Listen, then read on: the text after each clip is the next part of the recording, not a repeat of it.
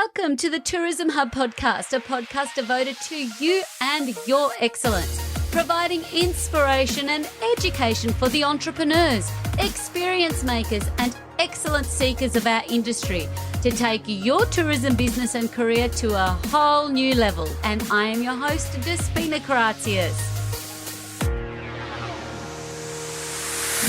Relax.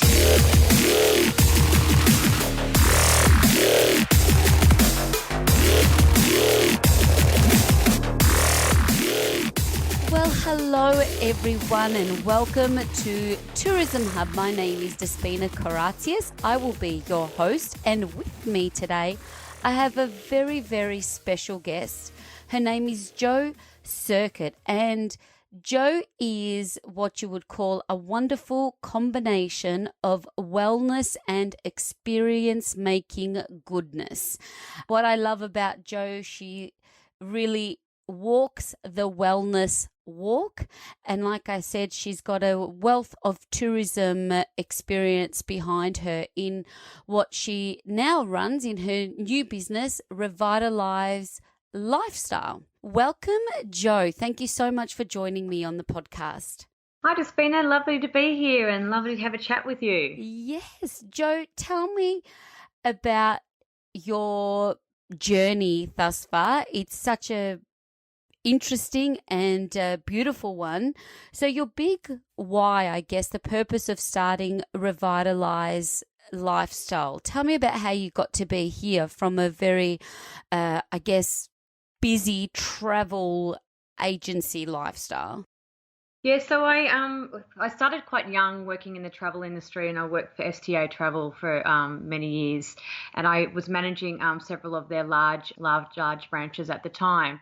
And I love travel, the travel and tourism. It's it's exciting, it's fun, it's fast, but it's also you're doing between 12 and 15 hours a day. On weekends, you're traveling overseas and you're just out partying with the groups. And it was a wonderful lifestyle, but my body started getting a bit run down. And I was on a trip in Africa, and I'd been over there for 6 weeks, and I contracted a unusual illness called bilharzia, which actually was worms attacking my body.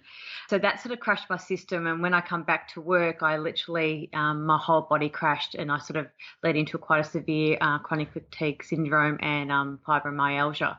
So I was unable to work. So at that time, I decided I loved my career in travel, but I just needed a break. So I quit my job and went back to study a degree in naturopathy and reflexology, massage, and a lot of other things, which actually helped me heal myself through a lot of different things like naturopathy and herbs, acupuncture and reflexology. I thought if I could heal my own body, I could help others.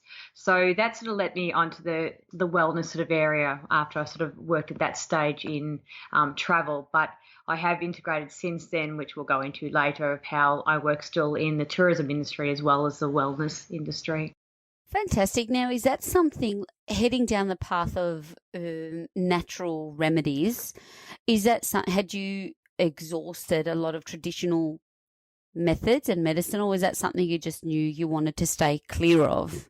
I did try to start because of the type of illness, the bilharzia I had. They'd said sort of from history, if it decided to erupt in the body, I could die within 48 hours. So at that time, I was trying every drug or anything that the doctors could try, but nothing was working, and my body was just getting worse and worse. So I sort of had exhausted in that way the medical treatment. And, medical is great for so many things, but it just wasn't helping me, and I was just getting worse and more sick at that time. So I had to look for other options of how to heal myself.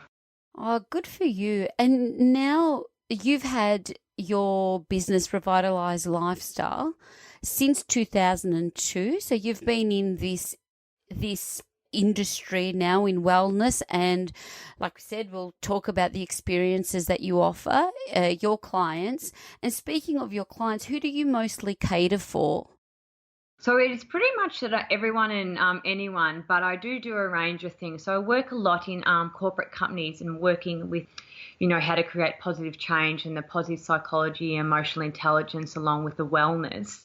But then I've done a lot of prenatal retreats, and I do a lot of lifestyle retreats around Australia that anyone can come to. So whether I've got some that are for people that are quite ill or have had sort of chronic illness, and others that people are burnt out, and we just sort of focus on how to rebuild, the strength and stress resistance. And so wonderful. I should let everyone know too, the way we met. One of the great things about having the honor and the opportunity to be invited to speak at conferences is meeting sisters from other misters like Jo.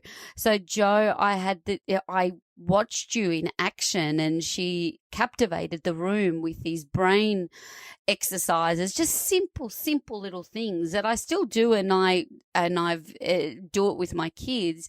It was so great. And that was a volunteers conference where you had a completely different market to all of that again. So I can see how this is core, I guess, tips and strategies and lifestyle adjustments that people can make in any phase of their lives. Would that be a correct thing to say? Yes, definitely. And I know with certain retreats or seminars that I run, depending on the type of market I come, I tailor it to exactly that type of people. As you mentioned with the volunteers we did for the tourism, they are generally an older market, semi-retired or retired. So we sort of, worked it out towards, where they are at their life, whether they're looking, at traveling, whether they look after grandkids and all that sort of thing. So I just cater and tailor the actual seminars and talks to the type of people that are coming. Wonderful. And making that transition, you've had this awful thing happen after your travels.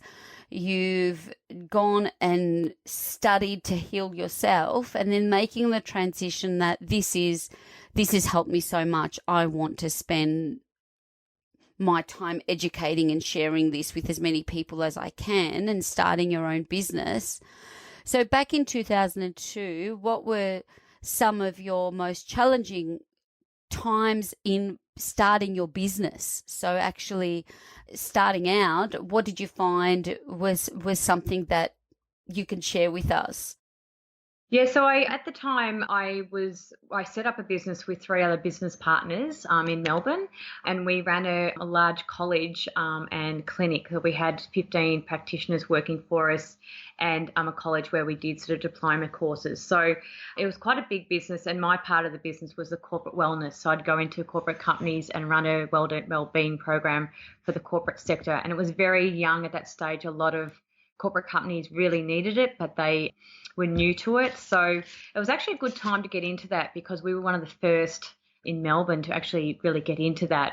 But the harder part was that at the time was still myself, and actually one of my business partners had chronic fatigue syndrome. So we could do lots of work, but then we'd have to rest for a little while and things like that. So, but having our other 2 business partners there to help us and assist us along that way was great. But yeah, I think the challenges with that business, we decided to sell that because we actually all moved to different parts of the world, and I decided I was getting quite burnt out and I wanted a break from the busy Melbourne life. So I actually sort of packed my bags and moved to Anglesea by myself with, no house and no friends and no job, and felt like I just needed a bit of a break, and decided to sort of relocate myself to the Surf Coast and reevaluate what I wanted to do with the wellness area. And because I missed the tourism part so much, I actually incorporated by working at the visitor centre in Torquay. So I was still working at promoting the Great Ocean Road and the Surf Coast, but was also being able to do my wellness business as well. So I sort of did both at the same time, which I loved. Excellent. Now, with that, when you made that decision to sell, what was it? How did that come about? Or the aha moment that you may have had, that this isn't for me and I want to have a sea change? Because that's a big move again after starting it, and it seems quite successful with the college and deciding to sell it. Did you have a big aha moment that drove that decision? Yeah, I think that we all started to have our specialties. 2 of the business partners loved running the courses, and so another business partner really loved running the clinic. And I really loved seeing clients one-on-one, but I really enjoyed the corporate and speaking to a larger group of people. So, and having a business that size to maintain all of that is quite difficult to sort of grow, because you need to grow quite substantially, and we all had different focuses. So we sort of decided that, okay, I'm going to do this and this person wanted to do that, and that's all fine, but maybe we can sort of look at different areas. And in the meantime, as I said, I sort of, love traveling and still was traveling the world, and really thought, I remember traveling in New Zealand and thinking, I love adventure, I love exploring new places. Wow, I can actually incorporate both my passions of wellness and tourism together, and incorporate tours that I can, or wellness retreats that I can have the wellness side and heal people, but also they could have adventure activities like going, whitewater rafting or rock climbing or bungee jumping or whatever it is that they want to do. So incorporating that wellness side as well as that tourism and adventure side as well. So I really thought that felt perfect for me to do and to focus on for the future. Love it. And what's something that a lot of people that come to your retreats, what's something that always stands out as what they say afterwards of joining you on what I'd imagine would be quite life-changing experience if they're coming there with any physical or mental challenges that they're attracted to go onto a retreat to get away and have some healing work done? Yeah, my main aim for people is really just to motivate them and inspire them and educate them so they can make positive change in their life. I feel that a lot of time people like to sort of handball the responsibility of, people may go to a doctor and they just say to the doctor, you need to fix me. And, it's up to the doctor or to the naturopath.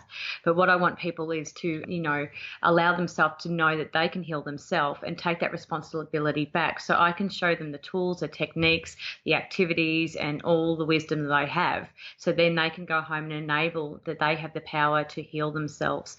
So after a retreat, people find that a lot of the things we learned, it's quite simple, but now being able to incorporate them to the daily lives, they've actually been able to shift a lot of, stress, anxiety, health problems they've had, high blood pressure, or just learning ways that they can, exercise more in a different way rather than going on marathons. They might start Qigong or Tai Chi. So giving people the option to change their life, but not having to be a dramatic change that's too hard for them.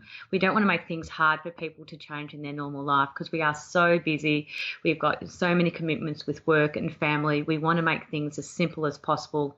And that's what people find after it, that, wow, I can just incorporate a few simple changes and have a dramatic change in my life. Oh, I love that, Jo. That's so true. That's me. I want to change. Oh, I'll go and do a marathon. Then you're completely burnt out, and then you've got a whole other heap of challenges to deal with when you're just burning the candles at both ends. I love that.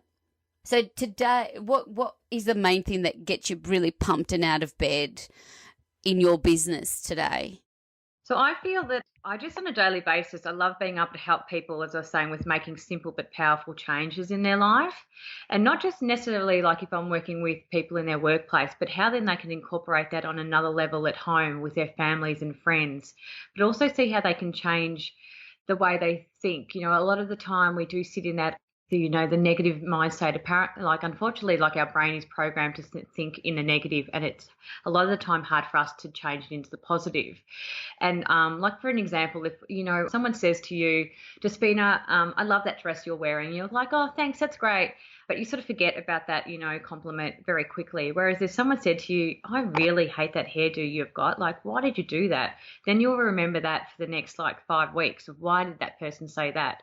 So we also, it's one of those things that we forget how when people compliment us or when we've had a success or we've done something really well, we sort of forget or we only celebrate them for a moment. Whereas if it's a negative thing, we sort of sit and dwell on that for way too much time. So I love that in my daily life, I can show people how to change that mindset into the positive.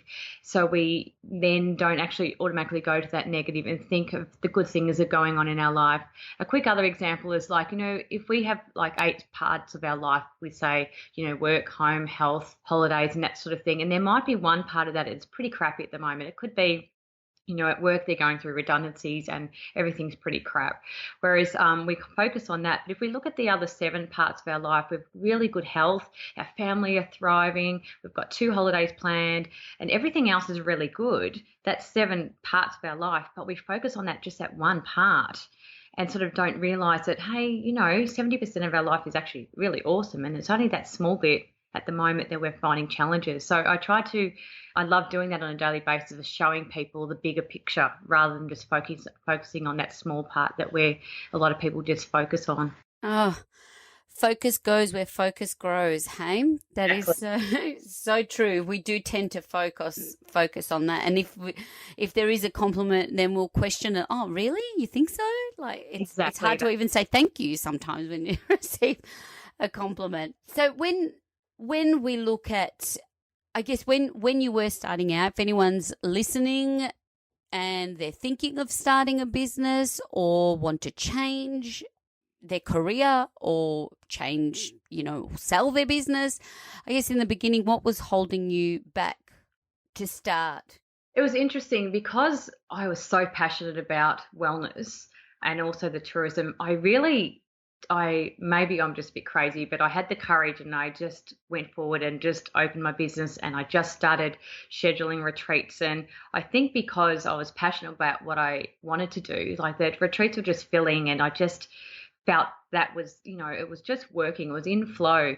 The things I found was challenging, I still do now. I have 2 young children, a 3 and a 5-year-old. So finding that balance I have so many ideas and things I want to do, but I could have to at the moment, just balance it a bit. So not do as much as, I would like to in the future.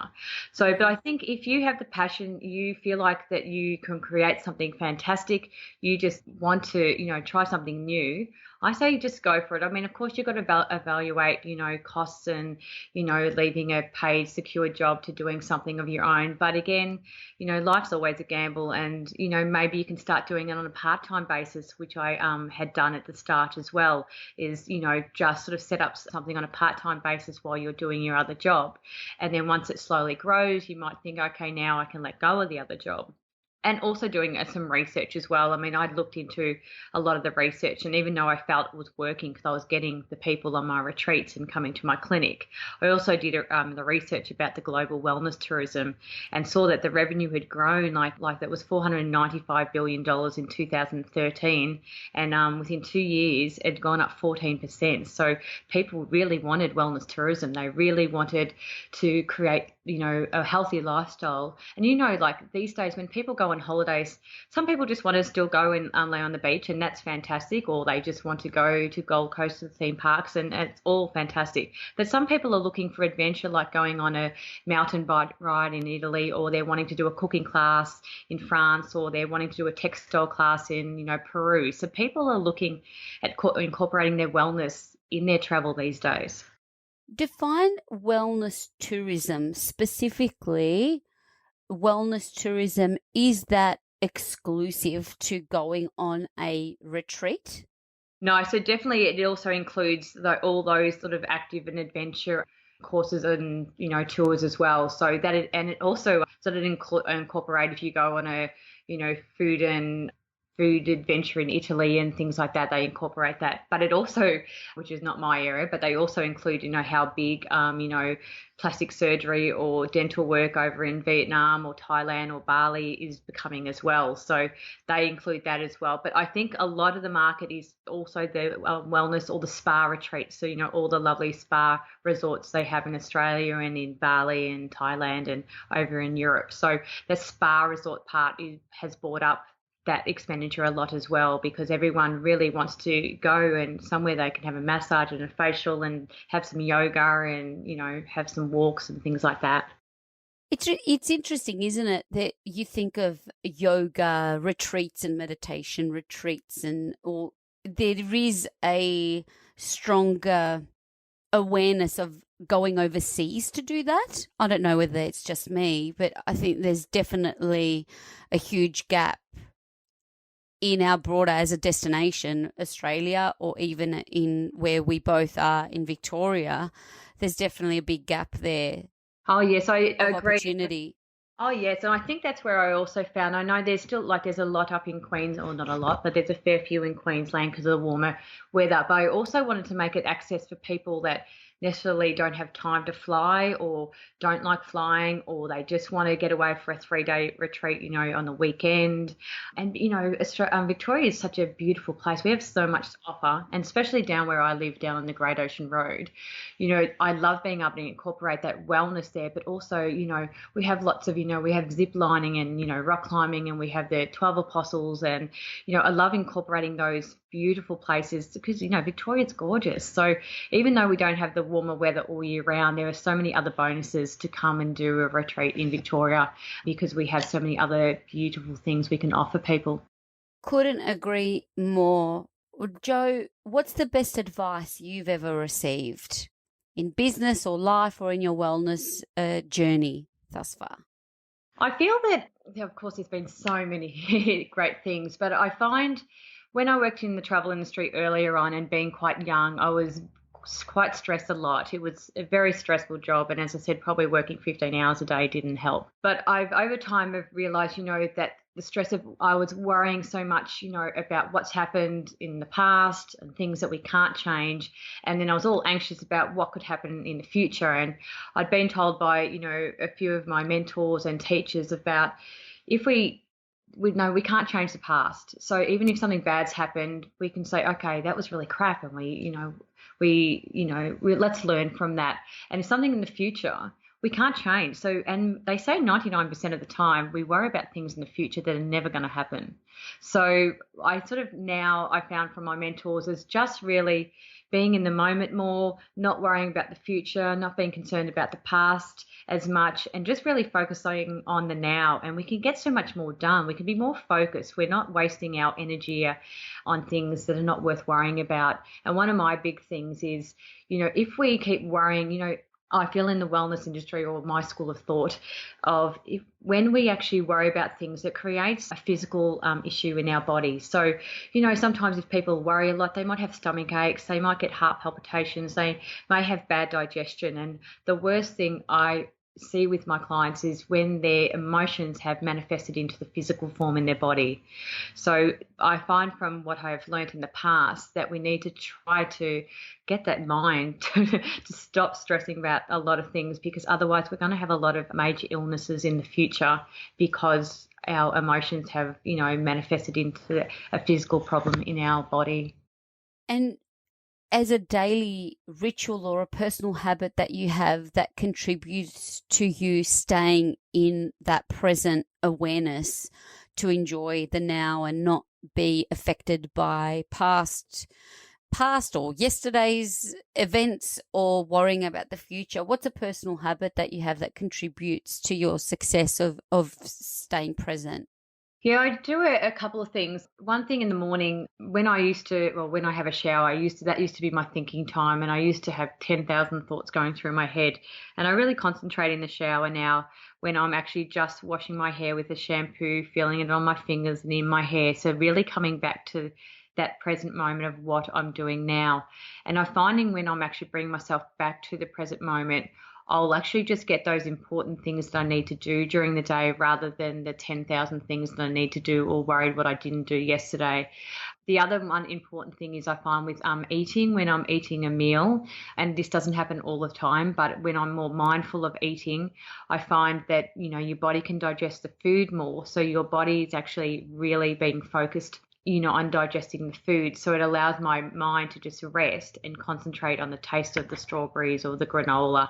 And I think I mentioned this in the talk that you heard me talking about, is if we eat on the run, our body automatically, mind says, okay, switch off the digestion, our muscles need to work now. So our digestion stops. Or if we're watching something that's, horrific or sad on the TV, we go into that fight or flight or stress. So the body automatically then says, all right, we don't need the digestion, switch it off because we need the heart palpitations, we need the sweaty hands, we need the heart pumping.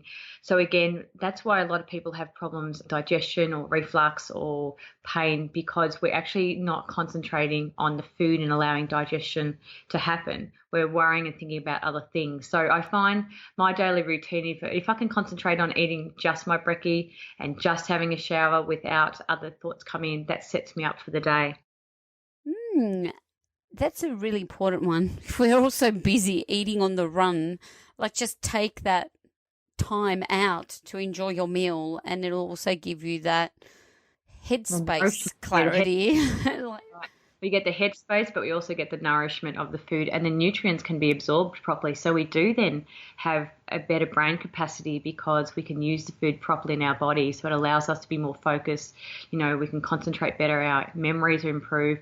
And that's when our creativity flows, especially, with your listeners. A lot of them have tourism operations. We're always trying to, be more creative with what we do or invent new things.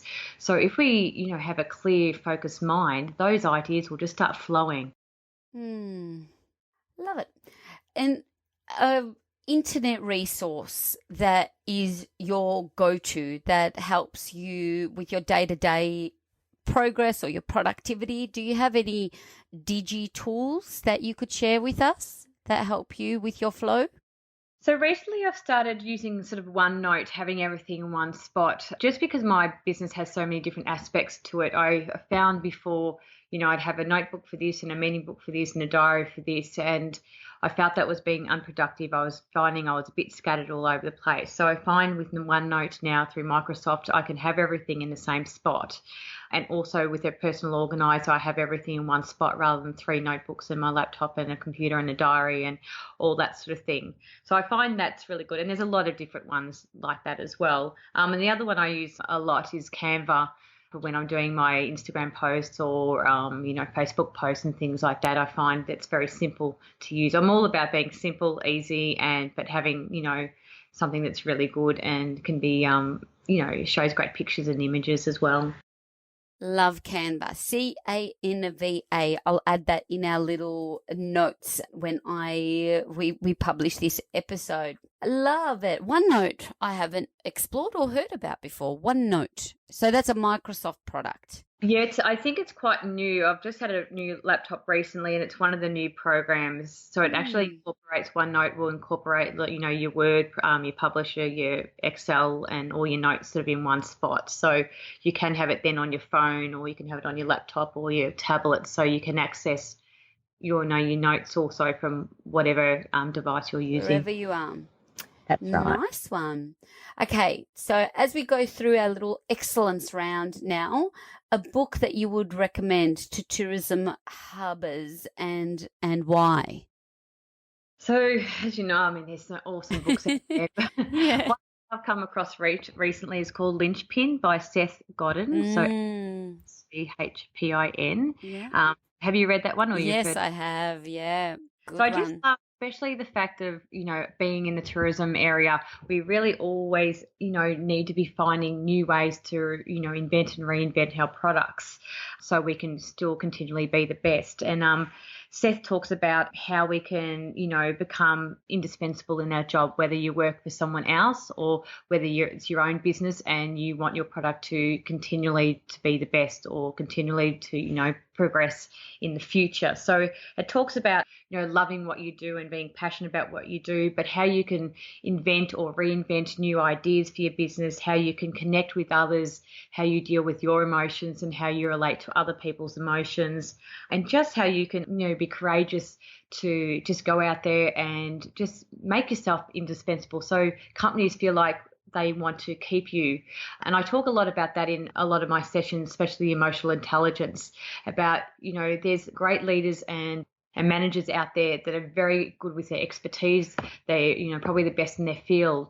But now they're bringing that emotional intelligence. If you actually don't have the mind to know how to interact and connect with your staff or know how to deal with your own emotions, then this is where people are falling short, because they can have all the expertise, but they can't deal with the stress or the resilience, or they can't connect with their team, and then they're finding there's conflict. So it's coming back to that whole how we deal with our emotions. And Seth talks a lot about that in the book, but how we really can become indispensable, whether we work for someone else or whether we have our own business and we want to be, successful for a long period of time. So being a sustainable business, that's really important. So in going back to even your visitor information center days, and dealing with many of the tourism operators and accommodation providers, what would be your parting piece of guidance for our experience makers? I think working the tourism visitor centre, and also I used to be the executive officer of Wine Geelong, so looked after all the wineries in the region, which was great because I ran all the events in the region. I feel that it's all about an experience and how you can make people feel. And I know that you also talk about, Myra, Angela, the feeling about people don't remember what they saw, what they heard, but they'll remember how they feel. So I feel that when people used to come to the visitor centre, or when I used to run Toast of the Coast, I wanted people to have an experience that they loved, that they would remember, that they would talk to about for years with their friends or family. So I want them to, come in and think, wow, I love that experience on the Surf Coast or the Great Ocean Road. I love that event that I went to. They made me feel, motivated. I had fun. I laughed all day. Or the person in the visitor centre, made me feel supported. Or those questions they asked, they, really listened to the answer. They gave me a really good array of feedback or thoughts or ideas. So I really think, again, and I know you feel the same way, it's all about how we make people feel and the experience they have when they're with us. And you want it to be a positive and a long-standing feeling. So they'll always think back of you thinking, well, yeah, I remember that person, they made me feel great, or they made me feel inspired, or they made me, I felt something different, or, I'd never experienced that event or that activity before. Now, where can we best connect with you? And do you have any retreats coming up? So at the moment, I haven't got any actual retreat, like weekend retreats, but I do have an emotional intelligence one-day course in Geelong being held on the 8th of November in Geelong. So this one is a whole day going really into that positive psychology and emotional intelligence for business owners or leaders or people at work that really want to create a better way of working, how they can manage their emotions, how they can connect better with staff, how they can really just get that cutting edge on your business. So that's sort of coming up soon. The best way to connect, I've got a website. It's Revitalize with a Z, lifestyle.com. Instagram is Jo at Revitalize, and I'm on Facebook as Revitalize Lifestyle Retreat. Excellent. I'll add all those in, and also more information about your emotional intelligence full day workshop on the 8th of November. And to finish strong, Miss Jo, your favourite quote of all time? Yeah, so of course, again, there's so many. This one has been quite recent. I was in a conference up in Sydney called Happiness and All Its Causes in June, and I was lucky enough to meet a lovely man called Shamash, and he's all about mindfulness, but he does a lot of mindfulness in the workplace. He actually was the one that wrote the Dummies the Dummies book, Mindfulness in the Workplace. And he has a quote that says, each time something goes wrong, rather than thinking you failed, think you succeeded. And in the course of that, he says, see failure and success as success. So he says, success is a word that combines failure and success. Each time something goes wrong, rather than thinking you've failed, think you have succeeded, because you can only learn from our failures. We don't learn from our successes. So I've always felt that was a positive attitude to failure because, we try things and they don't work. And often we sort of think, oh, we've failed. But, we have to try to work out what works. So I've always felt that was, I like the word we've succeeded. So yes, we might have failed, but, next time we'll probably succeed because we've learnt that way doesn't work. Oh my God, I love that so much. So instead of going, this is an F up, you say this is a success. That's right. So you can say that with conviction, and I don't even have to put the little E explicit language. That is clever. That is clever because that's so true. It's a gift. It's a gift sometimes too to just because you don't fail, you learn. That is a cool one. Thanks for sharing that, Jo. And I always find that, from those failures, that we become more resilient and, there's challenges in life. So we can become stronger and more resilient than, we are going to succeed. And if we're passionate enough and we have the drive, we will succeed with what we want to do. Very, very true. Jo, it has been a pleasure. I've been really looking forward to this catch up with you. I wish you all the best, and there'll be more on Jo on instituteofexcellence.com/podcast. Otherwise, please head over to Revitalize Lifestyle.com. It's just .com, isn't it? That's correct. Jo, yeah, Revitalize Lifestyle.com and learn more about what Jo's up to and the upcoming events and retreats that she'll be hosting as well. Okay, Jo, thank you, and we will talk again very soon, my friend. Thank you, Despen. It's been lovely talking to you, and all the best with everyone that's listening with their business. Thank you. Wonderful. Okay, bye for now. Bye. Relax.